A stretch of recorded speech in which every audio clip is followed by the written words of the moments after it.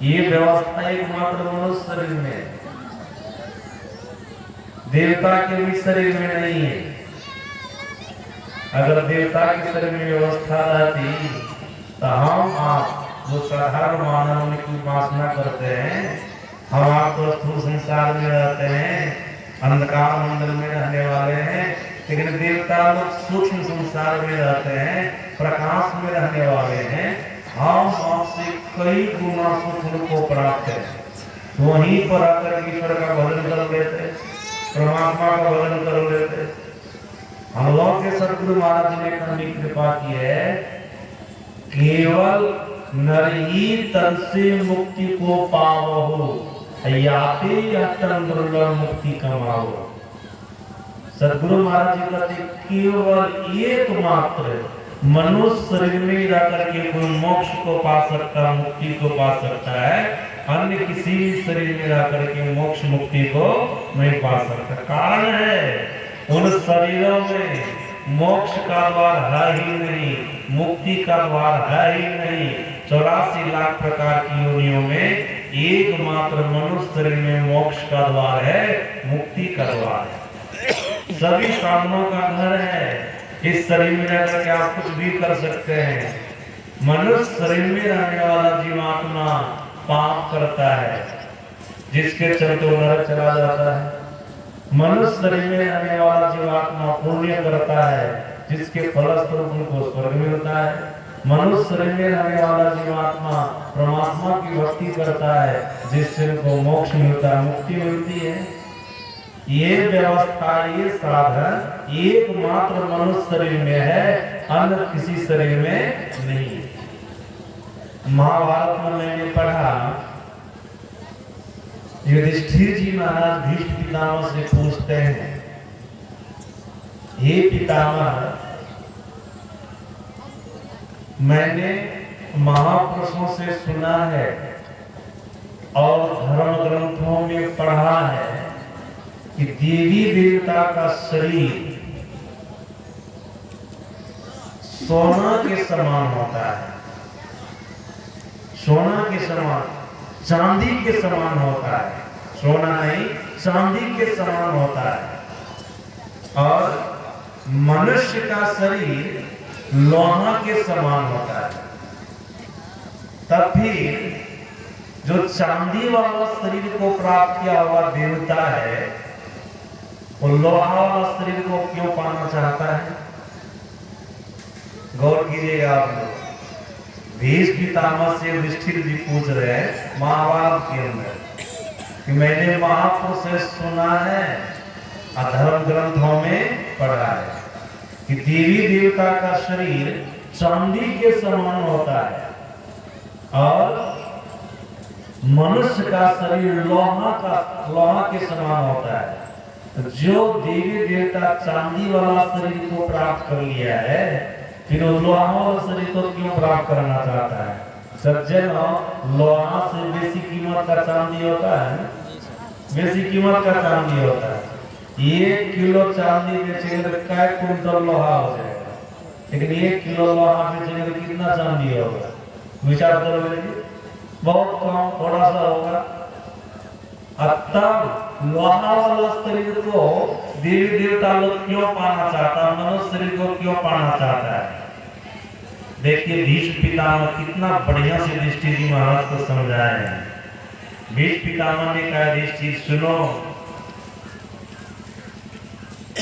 मनुष्य का शरीर जो लोहा वाला शरीर है, इस शरीर में जब सद्गुरु का ज्ञान रूपी पारस सटता है तो ये सोना हो जाता है, तब ये सोना हो जाता है। लेकिन चांदी में कितनों सद्गुरु का ज्ञान रूपी पारस स्पर्श करे तो चांदी में कोई बदलाव नहीं होगा। सज्जन याद रखिएगा, पारसमणि पत्थर की ये महिमा है कि लोहा में सटे तो लोहा को सोना बना दे, तो लोहा को सोना बना देगा पारसमणि पत्थर, और चांदी में सटेगा तो चांदी को क्या बनेगा? कुछ नहीं बनेगा, वो चांदी का चांदी ही रह जाएगा। चांदी में परिवर्तन नहीं होगा, परिवर्तन किस में होगा? लोहा में होगा। अब भीष्म पितामह का युधिष्ठिर जी महाराज, युधिष्ठिर सुनो, अगर 1 किलो लोहा में पारसमणि पत्थर सड़ जाए तो फिर तुम समझ लो 1 किलो चांदी से ज्यादा इसकी कीमत होगी कम, बहुत ज्यादा। उसी प्रकार से महापुरुषों ने कहा मनुष्य के शरीर में रह करके जीव अपना बदलाव कर सकता है। सच्चे सदगुरु की सानिध्य में जाकर के ईश्वर परमात्मा की भक्ति की युक्ति जान करके भक्ति करके ईश्वर परमात्मा को पा सकता है, देवता से आगे बढ़ सकता है।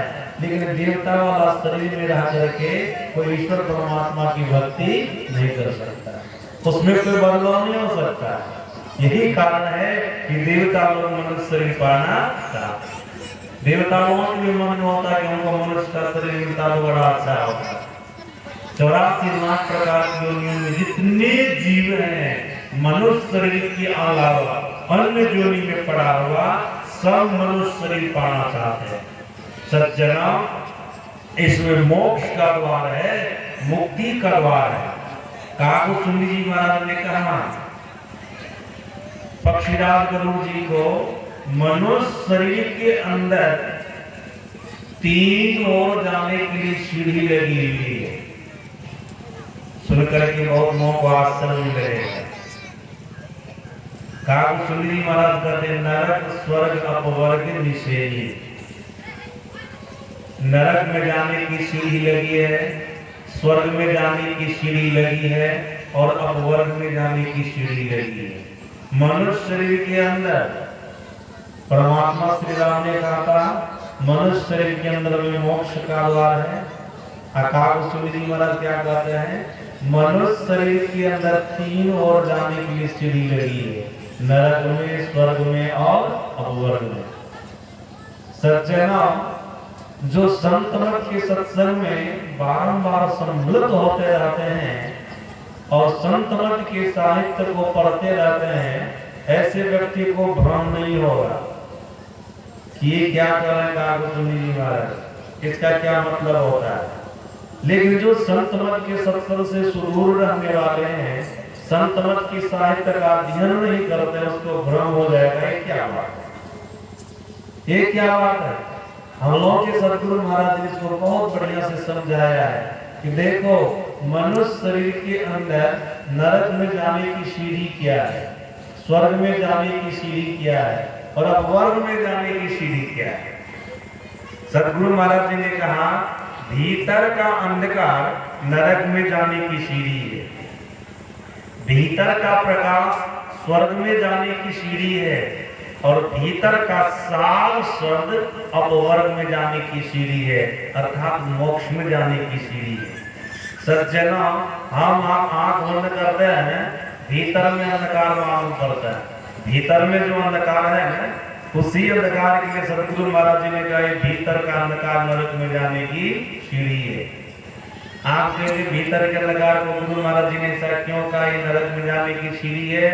याद रखिएगा, गुरु महाराज जी ने समझाने की कृपा की भीतर का अंधकार अज्ञानता का प्रतीक है। जब तक जीव अपने भीतर में अंधकार देखता रहता तब तक वो अज्ञानी बना रहता है और अज्ञानी जीव से अनेक प्रकार की भूलें होती है, उनको अनेक प्रकार का भ्रम होता है, अनेक प्रकार का उनसे पाप होता है। भूल करने वाला, बारंबार भ्रमित होने वाला और बारंबार पाप कर्म करने वाला नरक में जाएगा तो स्वर्ग जाएगा। संत राधा स्वामी जी महाराज ने कहा, उनकी वाणी में है, इस नगरी में तिमिर समाना भूल भरम हर बार, खोज करो अंतर उजियारी छोड़ चलो। जब तक शरीर रूप नगर में अंधकार रहेगा, भूलें होती रहेगी, भ्रम होता रहेगा, पाप कर्म होता रहेगा। जब ये सब होता रहेगा ना, तो नरक में जाने से कोई रोकने वाला नहीं, नरक में जाने से कोई बचाने वाला नहीं, निश्चित रूप से नरक में चले गए। भीतर का अंधकार नरक में जाने की सीढ़ी है, हम आपके भीतर में अंधकार है, याद रखिएगा। अंधकार में रह करके शरीर का परित्याग होगा तो निश्चित रूप से नरक में चले जाएंगे। अगर आपके द्वारा शुभ कर्म हुआ है तो शुभ कर्म के बदौलत आप थोड़े समय के लिए स्वर्ग जाएंगे। जब तक पुण्य है तब तक के लिए आप स्वर्ग में जाएंगे। जितनी पुण्य की पूंजी है उतने समय के लिए आप स्वर्ग में जाएंगे। जब आपका पुण्य नष्ट हो जाएगा, आप में भी सुन रहे थे स्वर्ग और स्वर्ग पांडव दुर्गाए, स्वर्ग का सुख जीवात्मा के लिए स्वर्ग है, थोड़े समय के लिए है, फिर बाद में वो दुर्ग हो जाता है, नरक में चला जाता है। और सदगुरु महाराज जी ने कहा भीतर का प्रकाश स्वर्ग में जाने की सीढ़ी है। क्यों कहा? इसलिए कहा कि भीतर का प्रकाश ज्ञान का प्रतीक है। जो जीव अपने अंदर में प्रकाश देखता है, अपने भीतर में प्रकाश देखता है ना, वो जीव ज्ञानी हो जाता है। ऐसे ज्ञानी जीव से भूले नहीं होती है, नीच कर्म नहीं होता, पाप कर्म नहीं होता है। जब पापी नहीं करेंगे तो कलयुग नरक में जाएंगे, कलयुग नरक में जाएंगे, पाप करने वाला नरक में जाता है। सज्जन, भीतर का प्रकाश ज्ञान का प्रतीक है। जो साधक अपने भीतर में प्रकाश देख लेता है ना, जब शरीर छूटता है तो स्वर्ग जाता है, और जब तक शरीर में रहता है तब तक वो स्वर्ग वाला सुख को भोगता है। और याद रखिएगा, जब वो स्वर्ग से नीचे धरती पर आएगा ना, तो मनुष्य शरीर के अलावा और किसी शरीर में नहीं जाए। इसका प्रमाण हम लोग गुरु महाराज ने दिया। गुरु महाराज जी ने कहा भाव प्रकाश मिटल अंधियारी, सुख भयल बहु तेरे, गुरु कृपा की कीमत नाही, मिटल 84 तेरे। प्रकाश में जाकर के शरीर का परित्याग करेंगे ना, स्वर्ग जाएंगे। जब स्वर्ग से आपको धरती पर आने का समय होगा तो 84 लाख प्रकार की योनियों में सबसे उत्तम शरीर जो है मनुष्य का शरीर, वह शरीर आपको मिलेगा। आप मनुष्य शरीर के अलावा किसी शरीर में नहीं जाएंगे। गीता के अनुसार आप पवित्र त्रिमाण कुल में जन्म लेंगे या योगी के कुल में जन्म लेंगे, लेकिन मनुष्य शरीर में आएंगे। मनुष्य शरीर के अलावा और किसी शरीर में नहीं जाएंगे। अंधकार में रह करके शरीर का परित्याग करेंगे, तब अपने किसी सत्कर्म पुण्य कर्म के चलते स्वर्ग तो चले जाएंगे, लेकिन स्वर्ग से नीचे उतरना होगा तो किस जोनी में चले जाएंगे इसका कोई ठिकाना नहीं है। तो सज्जन, आप कहेंगे भीतर में प्रकाश होता है। हम लोग के सदगुरु महाराज जी ने कहने की कृपा की होता है। मैं अपने सदगुरुदेव से भीतर में प्रकाश पाने वाली युक्ति को सीखा और उसका अभ्यास किया और अपने अंदर में प्रकाश पाया। सदगुरु महाराज जी अपने वाणी में कहते हैं, सुखमनिया में मोरी नजर लागी, अगल बगल कहीं दृष्टि न डोले, सन्मुख बिंदो पकड़ लागी। हुआ क्या? ब्रह्म ज्योति खुल गई अंदर में, अनिशिया दियारी हदस लागी। सदगुरु महाराज जी कहते हैं, संत मत की तीसरी साधना मानस, जब मानस ध्यान के बाद दृष्टि साधन मैंने किया, अपने गुरु से सीख करके हमारे अंदर में प्रकाश हुआ। जो स्वर्ग में जाने की सीढ़ी है प्रकाश, वो हुआ। ऐसा सदगुरु महाराज जी का। फिर सदगुरु महाराज जी कहते हैं, जो साधक अपने अंदर में प्रकाश को पाता है, वो साधक अपने अंदर में शब्द भी सुनता है। पहले वो अनहद शब्द सुनता है, मतलब बहुत प्रकार के शब्दों को सुनता है। बाद में अनाहत शब्द सुनता है, मतलब एक प्रकार के शब्द को सुनता है। उसी शब्द का नाम है सार शब्द। आदिना सार शब्द इसी शब्द का नाम है। सदगुरु महाराज जी कहते हैं, जो साधक अपने भीतर में इस शब्द को पकड़ लेता है ना, ये शब्द कहाँ जाने की सीढ़ी है? अपवर्ग में जाने की सीढ़ी है, मोक्ष में जाने की सीढ़ी है। सार शब्द को पकड़ने वाला साधक अब वर्ग में चला जाता है, अर्थात मोक्ष में चला जाता है। मतलब सभी दुखों से छूटकर प्रभु परमात्मा को पा लेता है। तो सज्जनों, ये व्यवस्था किस शरीर में है? इसी मनुष्य शरीर में। मनुष्य शरीर के अंदर नरक में जाने की सीढ़ी है, स्वर्ग में जाने की सीढ़ी है, अपवर्ग में जाने की सीढ़ी है। भीतर का अंधकार नरक में जाने की सीढ़ी है, भीतर का प्रकाश स्वर्ग में जाने की सीढ़ी है, और भीतर का सार शब्द अपवर्ग में जाने की सीढ़ी। ये व्यवस्था है। और कहा सुनी जी महाराज करते पक्षीराज गरुड़ जी को, ज्ञान वैराग भक्ति सुख देव। मनुष्य शरीर में रह करके आदमी मनुष्य ज्ञान लाभ कर सकता है। मनुष्य शरीर के अलावा और कोई जीव ज्ञान हासिल कर सकता है नहीं। यहाँ पर पंडाल में जो है सब कुछ सब मनुष्य है, मनुष्य के अलावा और कौन है?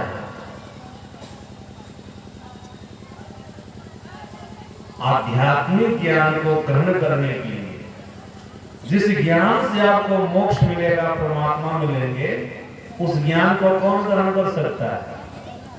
मनुष्य कर सकता है। सज्जन आध्यात्मिक ज्ञान की बात को छोड़िए, भौतिक ज्ञान को भी ग्रहण करने वाले मनुष्य ही होते हैं। मनुष्य ही होते हैं।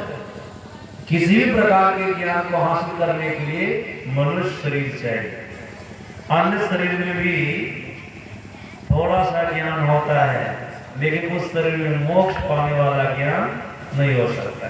मोक्ष पाने वाला ज्ञान आपको मनुष्य शरीर में ही होगा। ज्ञान मोक्ष मोक्षाप्नोति। जिस ज्ञान से मोक्ष मिलता है अर्थात परमात्मा मिलते हैं, आप सब दुखों से छूट जाएंगे। वो ज्ञान आप एकमात्र मनुष्य शरीर में रहकर के हासिल कर सकते हैं। ज्ञान वैराग्य, संसार के विषयों से प्रपंचों से वैराग्य किसको होगा? पशु पक्षी को होगा, मनुष्य को ही होगा। मनुष्य को ही वैराग्य होता है। और याद रखिएगा, जिस मनुष्य को संसारिक विषयों से आत्यांतिक वैराग्य नहीं हुआ है, वो जीवन में कभी परमात्मा की भक्ति नहीं कर सकता है। भक्ति नहीं करेगा तो योग का आत्मा समाधि की प्राप्ति नहीं होगी। समाधि की प्राप्ति नहीं होगी, उनको सार शब्द की पकड़ नहीं होगी। सार शब्द की पकड़ नहीं होगी, उनको अपनी पहचान नहीं होगी, परमात्मा की पहचान नहीं होगी। वो जीवन अपना कल्याण नहीं बना सकता, उनको मोक्ष नहीं मिल सकता, मुक्ति नहीं मिल सकती। तो सज्जना वैराग्य चाहिए। शंकराचार्य महाराज ने कहा, अत्यंत वैराग्यवता समाधि समाहित तस्य दृढ़ प्रबोधा प्रबोध तत्व से मंद मुक्ति मुक्तात्मनो नित्य सुखानुभूति। शंकराचार्य महाराज का वचन। वैराग्य चाहिए, फिर परमात्मा की भक्ति आप मनुष्य शरीर में आकर कर सकते हैं। ज्ञान वैराग भक्ति की व्यवस्था भी मनुष्य शरीर के अंदर है। इसलिए सभी जीव इसको पाना चाहते हैं, लेकिन जीव के चाहने पर जीव को मनुष्य का शरीर नहीं मिलता। जब जीव के ऊपर ईश्वर की कृपा हो जाती है, परमात्मा की कृपा हो जाती है, तब जीव को मनुष्य का शरीर मिलता है। महात्मा बुद्ध ने कहा, पहली बात यह है कि जीव को मनुष्य शरीर पाना बड़ा कठिन है, बड़ा दुर्लभ है। जल्दी जीव को मनुष्य का शरीर नहीं मिलता है। और आप लोग याद रखिएगा, भजन किए बिना आपका शरीर छूट जाएगा, आपके शरीर से जीव निकल जाएगा, तो दोबारा आपको मनुष्य का शरीर नहीं मिलेगा। मिलेगा कल्याणी के अनुसार। मैंने कल्याण में पढ़ा था, 2 अरब वर्ष के बाद। ख्याल रखिएगा सभी लोग, अगर दोबारा मनुष्य शरीर पाना चाहते हैं ना, ईश्वर का भजन शुरू कर दीजिए। महापुरुष कभी गलत नहीं कर सकते, संत कभी गलत नहीं कर सकते, और संत का वचन कभी पलटता भी नहीं है। संत वचन पलटे नहीं, पलट जाए ब्रह्मांड। ब्रह्मांड पलट सकता है, लेकिन संत महापुरुष का वचन पलटने वाला नहीं है।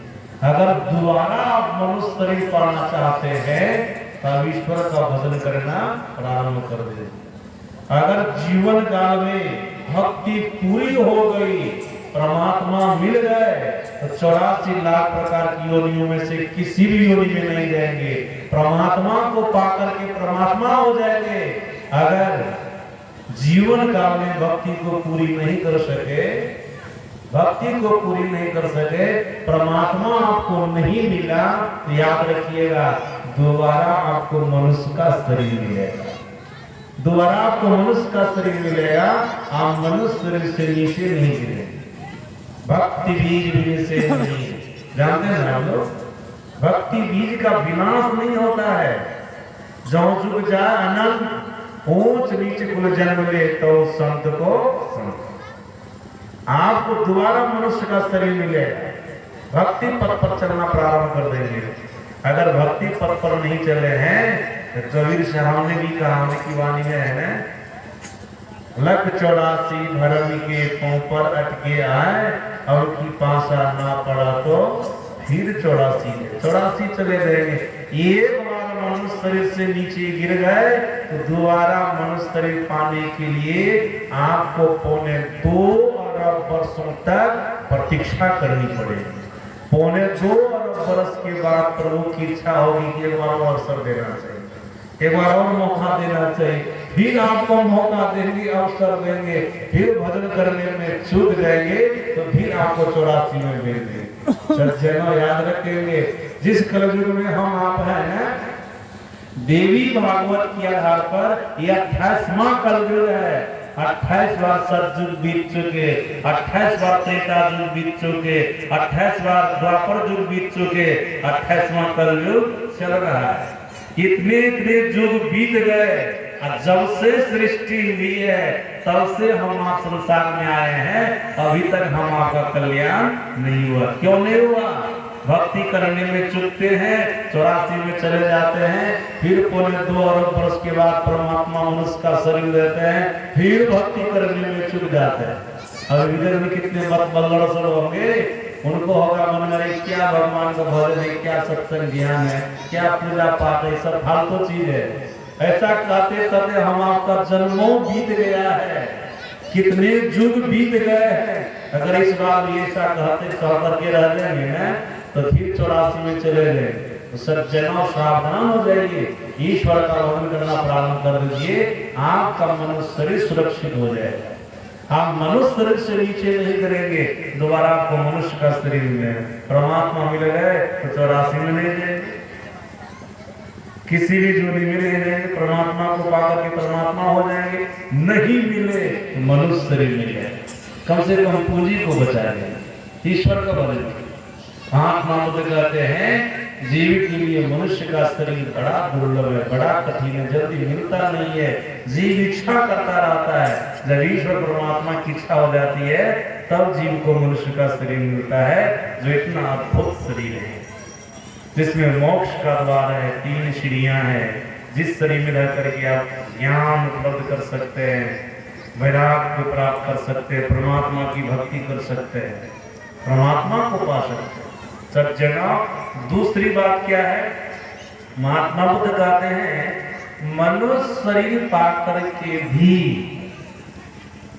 जीवित रहना बड़ा कठिन है। ये दूसरी बात, 4 बातों में ये दूसरी बात है। मनुष्य शरीर पाकर के भी जीवित रहना बड़ा कठिन है, बड़ा दुर्लभ है। किसी को दूसरे की बात तो छोड़ी, अपनी भी गारंटी है कि हम कब मरेंगे, फलाने दिन तारीख में हम मर जाएंगे। किसी को पता है? किसी को पता नहीं, मरने की कोई गारंटी नहीं, कब मर जाएंगे इसका कोई ठिकाना नहीं। सरजू भाई ने कहा पानी का सा बुदबुदा यह तन ऐसा। मनुष्य का शरीर किसके समान है? पानी के बुलबुला के समान है। पानी का बुलबुला किस समय फूट जाएगा, फट जाएगा, ठिकाना है? अब पानी का बुलबुला तो आप लोग देखते कि होंगे, बरसात के समय में पानी पर पानी गिरो तो पका हो जाता है ना, होगा बुलबुला हो जाता है। वो बुलबुला कब फूट जाएगा इसका कोई ठिकाना नहीं। आप देखते रहिए फूट जाएगा, वो आपके देखते देखते फूट जाएगा। आप ही के सामने बना और आप ही के सामने बुलबुला फूट जाएगा। बुलबुला के फूटने का कोई समय नहीं होता, कभी फूट जाता है। तो सहजो भाई कहती है कि मनुष्य का भी शरीर पानी के बुलबुले के समान है, किस समय नष्ट हो जाएगा इसका कोई ठिकाना नहीं। किस समय मौत आ जाएगी इसका कोई ठिकाना नहीं है। महापुरुषों ने क्या कहा, तू क्यों गफलत में फिरे, संसारिक लोगों को, तू क्यों गफलत में फिरे, सिर पर बैठा काल, काल अचानक मारती जो तीतर को बात। जैसे तीतर पक्षी होता है ना, वो छोटे छोटे बटेर को, छोटे छोटे पक्षियों को कब झपेटा मार देगा इसका कोई ठिकाना है, इसका कोई ठिकाना नहीं है। उसी प्रकार से हम आपको भी काल कब झपेटा लगा देगा, कब मार देगा, इसका कोई ठिकाना नहीं। सबके सिर पर काल बैठा है। इसको सुन करके तो आश्चर्य लगेगा, कहाँ है हमारे सिर पर काल बैठे। तो काल को पहले समझिएगा, तब न काल बैठा है कि नहीं बैठा उसको समझिएगा। सदगुरु महाराज जी ने कहने कृपा की है, काल क्या है, समय को काल कर, समय को क्या कहते हैं, काल। समय ही काल है। और समय के अंदर सब है कि नहीं, कि समय के बाहर है। समय के अंदर हम आपका जन्म हुआ है और समय के अंदर ही हम आप मरे। समय के अंदर गुरु महाराज जी ने अपनी वाणी में कहा, संसार के प्रत्येक प्राणी काल के मुंह में है। माघ भूखा बाघ काल के मुख पड़ो है बावली, सब काल के मुंह में है। कोई महापुरुष कहते काल सबके सिर पर है, और कोई महापुरुष कहते काल के मुंह में जीव पड़ा है। महापुरुषों का अपना अपना अनुभव कर रहे हैं। सज्जना सिर पर कहिए कि काल के मुंह में कहिए, दोनों तरह से हम आप काल के मुंह में हैं, या हम आपके ऊपर काल बैठा हुआ है, समय बैठा हुआ है। किस समय झपेटा लगाएगा इसका कोई ठिकाना नहीं है। मतलब हम आपका समय कब नष्ट हो जाएगा इसका कोई ठिकाना नहीं है। कब काल हम आपको चला जाएगा इसका कोई ठिकाना नहीं है। सब के सब काल के मुंह में पड़े। काल किसी को कहकर भी किसी के पास में नहीं आता, अचानक अटैक करता है। आप लोग कभी सुने होंगे, स्मरण में आ जाएगा, विक्रम काल संवाद है। एक बार विक्रमादित्य जंगल गए थे सैर करने के लिए। जैसे जंगल प्रवेश करते वैसे देखते